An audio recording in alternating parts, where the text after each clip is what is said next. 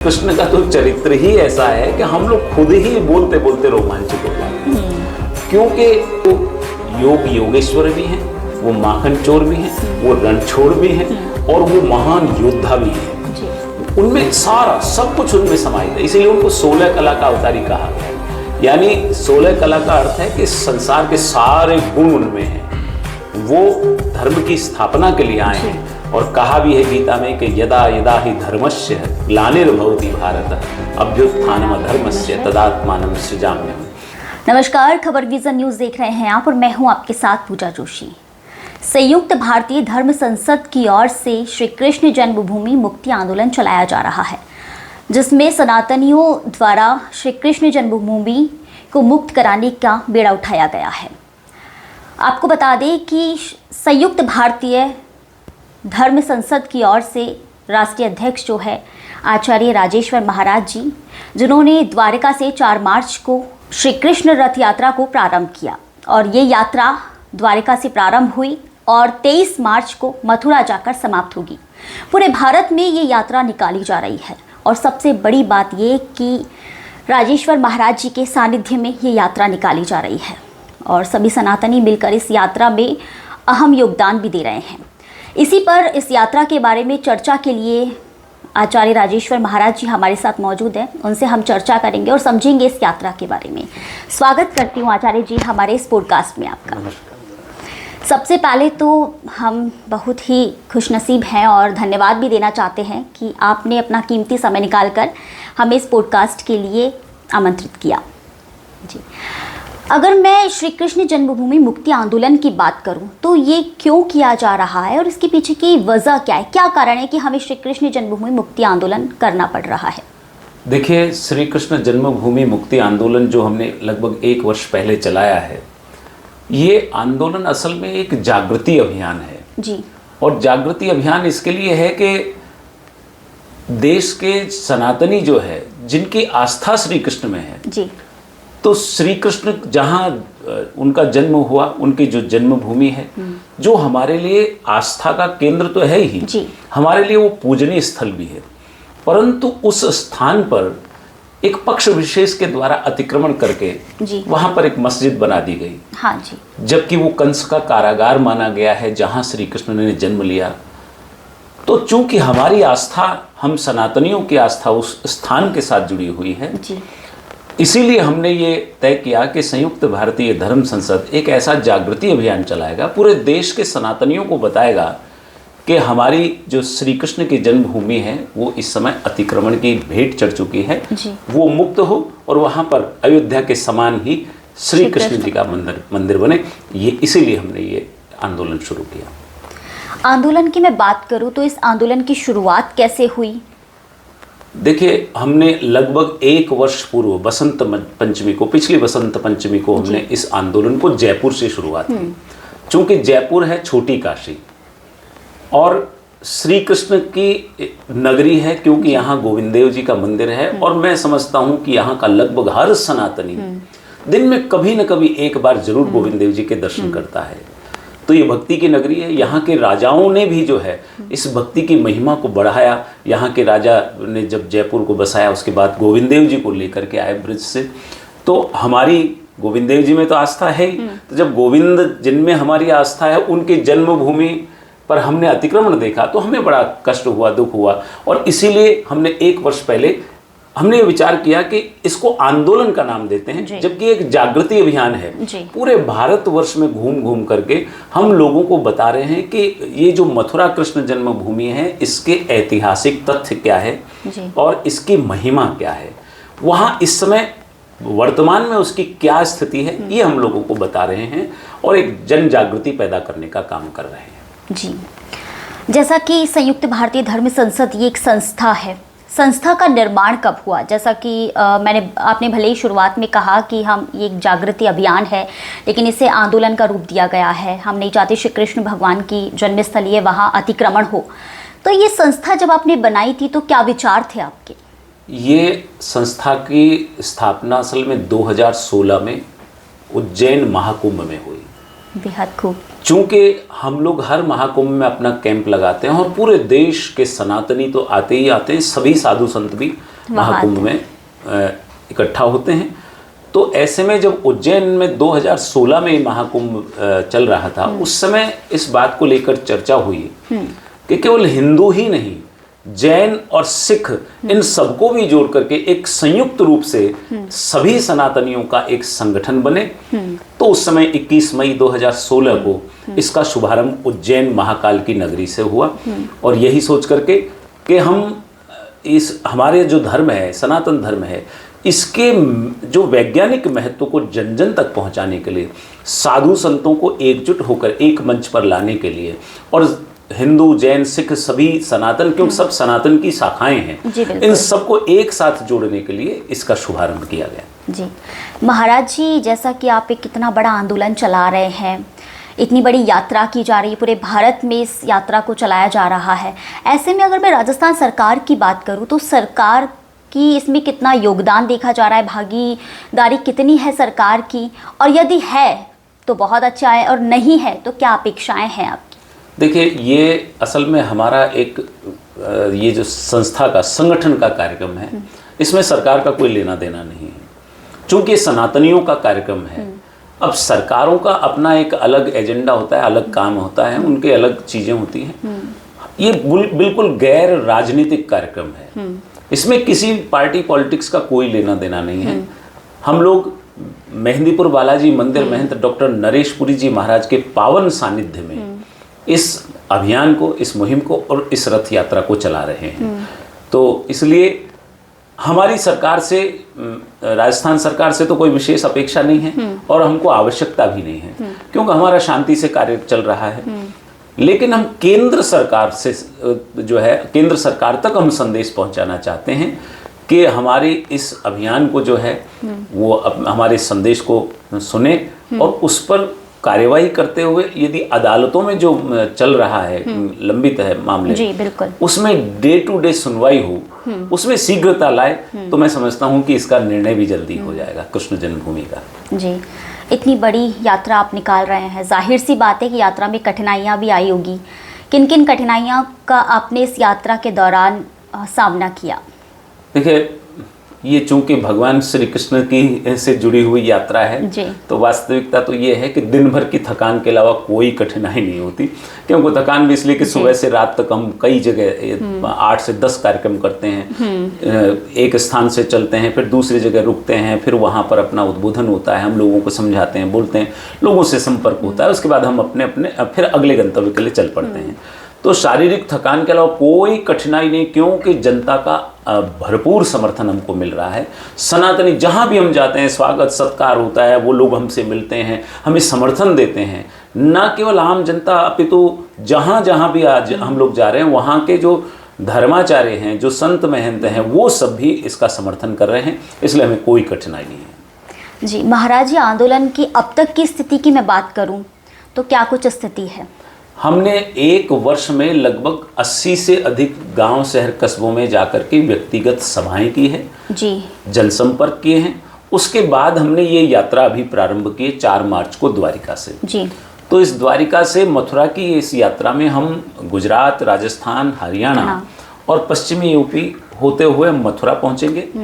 ये पहली यात्रा है, ऐसी हम 4 यात्राएं निकालने वाले हैं। ये पहली यात्रा द्वारिका से मथुरा की यात्रा है, दूसरी यात्रा होगी रामेश्वरम से मथुरा की, तीसरी यात्रा होगी जगन्नाथपुरी से मथुरा की, चौथी यात्रा होगी वैष्णो देवी से मथुरा की। 4 बार हम मथुरा आएंगे, और उसके बाद अगले 2026 मार्च के लगभग में अंत में हम लोग मथुरा से पैदल दिल्ली जाएंगे, और दिल्ली में एक संत सम्मेलन और एक जनसभा करेंगे, ताकि केंद्र सरकार तक हमारी बात पहुंच सके।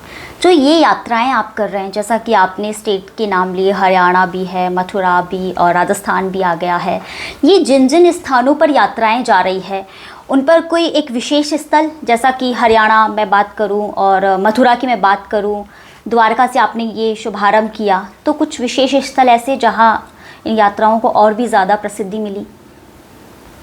विशेष रूप से जो भगवान श्री कृष्ण के से जुड़े हुए, जैसे कहीं कहीं मंदिर हैं, जैसे श्यामला जी में रणछोड़ राय के रूप में स्थित है भगवान श्री कृष्ण, द्वारिका में द्वारिकाधीश हैं, भेट द्वारिका में भी द्वारिकाधीश हैं।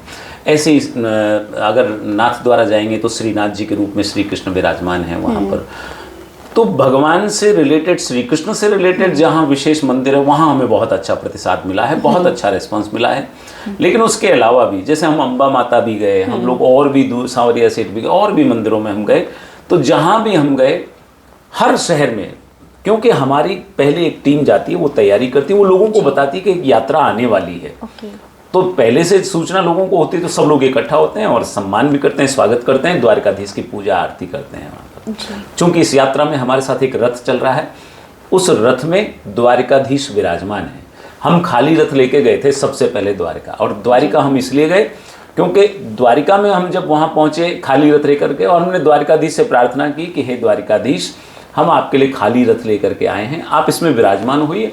आपको हजारों लाखों वर्ष हो गए द्वारिका का राज संभालते हुए, अब आपको अपनी जन्मभूमि की सुध लेनी होगी, क्योंकि उस जन्मभूमि को आपके अलावा भगवान कोई और मुक्त नहीं कर सकता। इसीलिए हमने द्वारिकाधीश से प्रार्थना की कि अब आपको हमारे साथ चलना ही होगा। जी, जैसा कि महाराज जी हम देखते आए हैं, आज का युवा पीढ़ी कहीं ना कहीं धर्म से भटक गया है। रियल और रियल लाइफ में वो समझ नहीं पाता है कि रियल कौन सा है, रियल कौन सा है। ऐसे में जो युवा भटक गए हैं, धर्म को नहीं पहचान पा रहे हैं, सिर्फ ऊपर के मन का जो दिखावा होता है वो कर रहे हैं, उनको आप क्या कहना चाहेंगे? आपके विचार क्या कहते हैं इस पर? देखिए, आज का युवा बहुत समझदार है, लेकिन इसमें युवाओं को यदि हम दोष दें कि वो धर्म से भटक गया है, तो मैं समझता हूँ कि केवल एक हाथ से ताली बजाने वाली बात होगी जी। इसमें हम जो बड़े लोग हैं जी, हमारे देश के धर्माचार्य, साधु संत, उनका भी उतना ही योगदान है। क्यों भटक रहे हैं? इसका मतलब है आपने उनको सही मार्गदर्शन नहीं दिया है। तो मेरा युवाओं से भी ये निवेदन है कि वो अपनी संस्कृति को, अपने मूल को, अपने जड़ों को नहीं छोड़ें, वो अपने संस्कारों को नहीं छोड़ें। और मैं हमारे धर्माचार्यों से, हमारे जो वृद्धजन हैं, बुजुर्ग माता पिता हैं, हमारे घर के बड़े हैं, उनसे भी निवेदन करना चाहता हूँ कि अपने बच्चों को धर्म का जो वैज्ञानिक महत्व है, उसकी वास्तविक महत्ता को समझाएं। क्योंकि हमारे यहाँ धर्म जो है ना, वो विज्ञान से जुड़ा हुआ है, पर चूँकि बहुत सारी चीज़ें ऐसी हो गई कि वो लकीर के फ़कीर जैसी वाली, केवल ढोल पीटने जैसी वाली बात हो गई। अगर हम उसके वैज्ञानिक पहलुओं को समझाएंगे तो ये सनातन धर्म ऐसा धर्म है जो परिष्कृत विज्ञान जिसको कह सकते हैं उससे जुड़ा हुआ है। इस आंदोलन के दौरान एक कृष्णम नाम की पुस्तक का भी जिक्र किया जा रहा है, उसके बारे में क्या कहना चाहेंगे? देखिए, हमने असल में क्या है, इस कृष्ण जन्मभूमि में आंदोलन में हमने बहुत सारी चीज़ों को जोड़ा है जी। पहली चीज़ तो चूँकि बालाजी महाराज की कृपा हमको मिली, मेहंदीपुर बालाजी की, और मेहंदीपुर बालाजी महाराज की कृपा मिली, और महंत जी डॉक्टर नरेशपुरी जी महाराज ने हमें समर्थन ही नहीं दिया, उनका सानिध्य भी हमें प्राप्त हुआ, उनका मार्गदर्शन हमें प्राप्त होता रहता है। तो बालाजी का झंडा जिस ध्वज पर लग जाता है वो काम अपने आप सिद्ध हो जाता है। हमारे श्री कृष्ण रथ पर भी बालाजी महाराज विराजमान हैं। चूँकि भगवान श्री कृष्ण जब सारथी बने थे और अर्जुन ने महाभारत का युद्ध किया था, उस समय भी उनके उस जो है रथ पर, ध्वज पर हनुमान जी महाराज विराजमान थे, बालाजी विराजमान थे। तो हमारे बालाजी महाराज की कृपा है। दूसरी चीज हमने जोड़ी है श्री कृष्णम महाकाव्य। असल में श्री कृष्णम महाकाव्य जब हमने देखा, भक्त कवि डॉक्टर कैलाश परवाल के द्वारा रचा गया, ये पहला हिंदी काव्य ग्रंथ है जिसमें भगवान श्री कृष्ण के संपूर्ण चरित्र को दोहे, चौपाई और भजनों के रूप में समाहित किया गया है। इतना सरल है कि कोई बच्चा भी उसको पढ़े तो उसको सारी कहानी कथा समझ में आ जाएगी।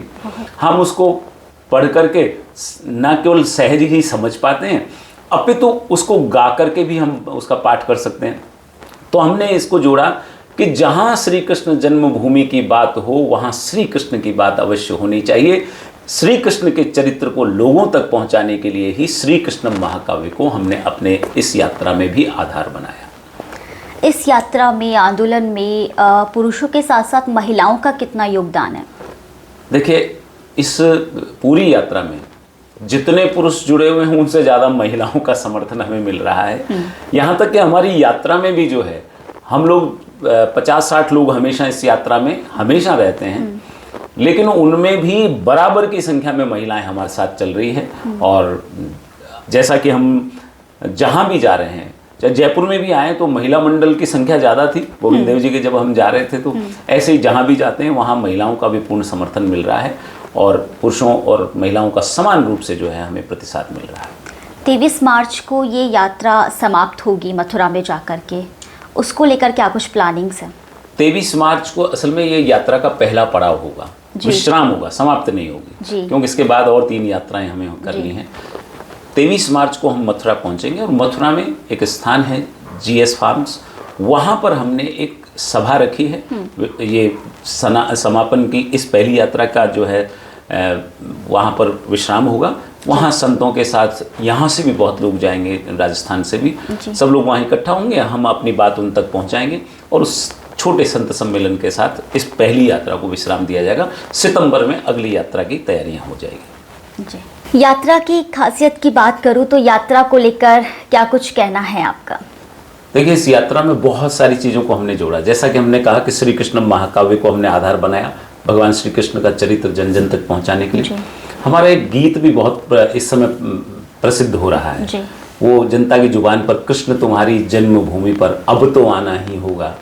ये हमारे जयपुर के ही एक अधिकारी हैं, प्रशासनिक अधिकारी पुलिस में, आलोक गौतम जी, उन्होंने ये गीत लिखा और जब इस गीत को हमने सुना तो हमने तुरंत उनसे जो है निवेदन किया कि हम आपके गीत को अपना टाइटल सॉन्ग बनाना चाहते हैं, इस यात्रा का अपना शीर्षक गीत बनाना चाहते हैं।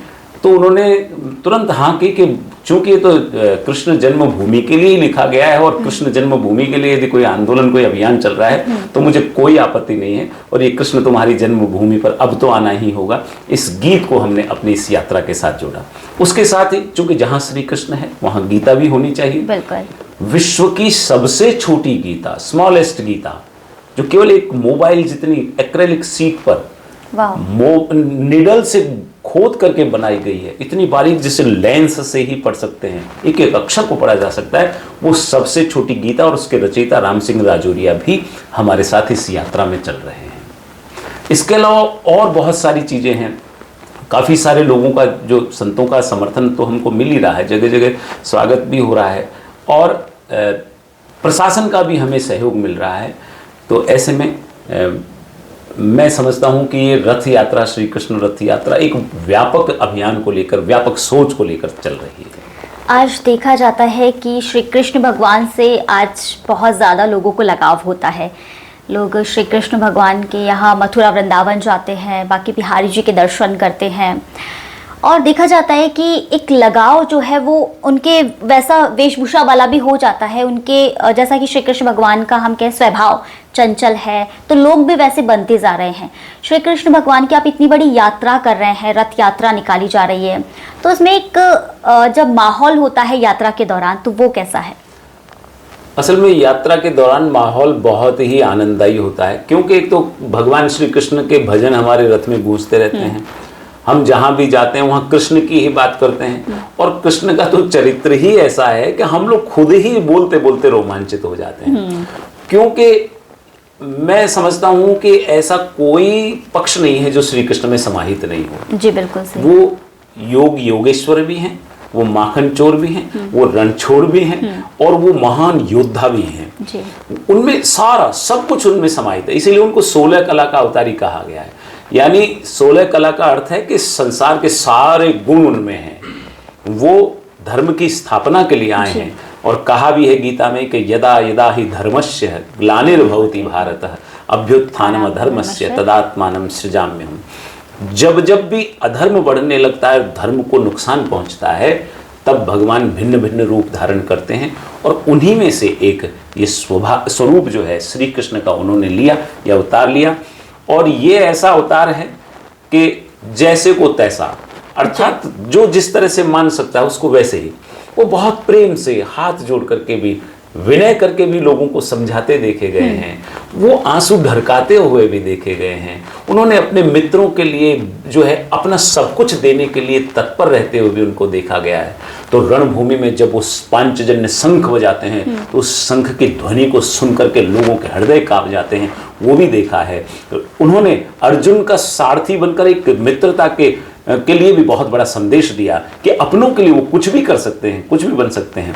तो इसलिए वो ऐसा अद्भुत चरित्र है कि हम खुद उस चरित्र को सुनाते सुनाते स्वयं रोमांचित हो जाते हैं। शायद इसीलिए कहा जाता है कि कलयुग के देवता है श्री कृष्ण भगवान खाटू श्याम जी। खाटू श्याम जी अलग हैं और श्री कृष्ण अलग हैं। हाँ, अलग तो है लेकिन स्वरूप उन्हीं का है। हाँ, उन्हीं के नाम से जी। पूजे गए हैं कि वो बर्बरीक जो थे उनको भगवान श्री कृष्ण ने ही कहा कि तुम मेरे नाम से जाने जाओगे। और ये मैं तो ये कहता हूँ कि ये तो कलयुग में तो हर व्यक्ति के, हर सनातनी के मुख पर श्री कृष्ण का नाम है। बिल्कुल है। और वो नाम श्याम रूप में है। श्याम रूप में हाँ, है, जहां भी बिहारी के जाएंगे रूप ना, देश के किसी भी हिस्से में हम जाएं, भगवान श्री कृष्ण को भिन्न भिन्न नाम से लोग पुकारते हैं अपने अभिवादन में। जैसे जय श्री राम हम बोलते हैं, हाँ। ऐसे ही गुजरात में जाएंगे तो गुजरात के अलग अलग हिस्सों में कोई कहेगा जय श्री कृष्णा, कोई कहेगा जय योगेश्वर, कोई कहेगा जय राधे राधा राधे। माधव, कोई वृंदावन में जाएंगे, ब्रज में जाएंगे तो राधे राधे बोलेंगे। तो ऐसे में चूंकि मैंने स्वयं ने पूरे भारत की यात्रा की, लगभग 3 वर्ष चलते हुए 1.25 लाख किलोमीटर की यात्रा करते हुए 3600 गांव शहर कस्बों में मैं स्वयं गया। 2017 से 2020 में मैंने भारत की ये यात्रा की। तो भारत के किसी भी हिस्से में मैं पहुंचा हूं तो श्री कृष्ण एक ऐसा नाम है जहां जो हर सनातनी के जो वहां पर है, हर सनातनी जो है श्री कृष्ण के प्रति आकर्षण रखता है, भक्ति रखता है, लगाव रखता है। तो श्री कृष्ण की महिमा अपार है, अद्भुत है। जी, ये जो आपकी यात्रा है, आंदोलन है, इसको लेकर आप हमारे दर्शकों को क्या संदेश देना चाहेंगे? मैं सभी सनातन बंधुओं से, देश के ही नहीं विश्व भर के सनातन बंधुओं से ये निवेदन करूंगा कि हमने ये जो श्री कृष्ण जन्मभूमि मुक्ति आंदोलन चला रखा है, इस आंदोलन के आप सहभागी बने। कैसे भी आप यदि सद्भावनाएं भी हमें देंगे, आपकी शुभकामनाएं भी आप हमें प्रेषित करेंगे तो ये हमारा मनोबल बढ़ाने वाली होगी। इसलिए मैं सभी से और विशेषकर युवा वर्ग से निवेदन करूंगा कि अपने धर्म के साथ जुड़िए, जानिए कि हम किसके प्रति समर्पित हैं, क्या हमको करना चाहिए, हमारा धर्म क्या है, क्योंकि धर्म ही अपने कर्तव्य को बताता है।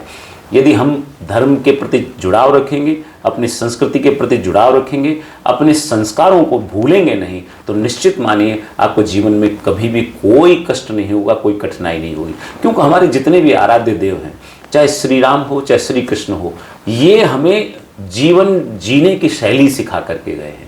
ये हमें बताते हैं कि कभी भी आपके सामने कोई संकट आए तो कैसे उसका सामना किया जाए। ये हमें सिखाते हैं कि अपने भाई बंधु, अपने परिवारजनों के साथ आपका व्यवहार कैसा होना चाहिए। ये हमें सिखाते हैं कि हम अपने कर्तव्य पथ पर चलते हुए किन सिद्धांतों को अपने जीवन में उतारें और हमारा स्वभाव कैसा हो, हमारा व्यवहार कैसा हो, हमारी क्या मर्यादा होनी चाहिए, किस प्रकार की सीख हमको लेनी चाहिए, ये सब इन्होंने मार्गदर्शित किया है। जी, बहुत बहुत धन्यवाद आचार्य जी आपका, आपने अपना कीमती समय दिया और हमारे दर्शकों को इस प्रकार प्रेरित किया। आपका भी बहुत बहुत धन्यवाद, आभार कि आपने मुझे इस योग्य समझा और मुझे बुलाया। और सभी सनातन बंधुओं को भी बहुत बहुत धन्यवाद, आभार। जय श्री कृष्ण। जय श्री कृष्ण।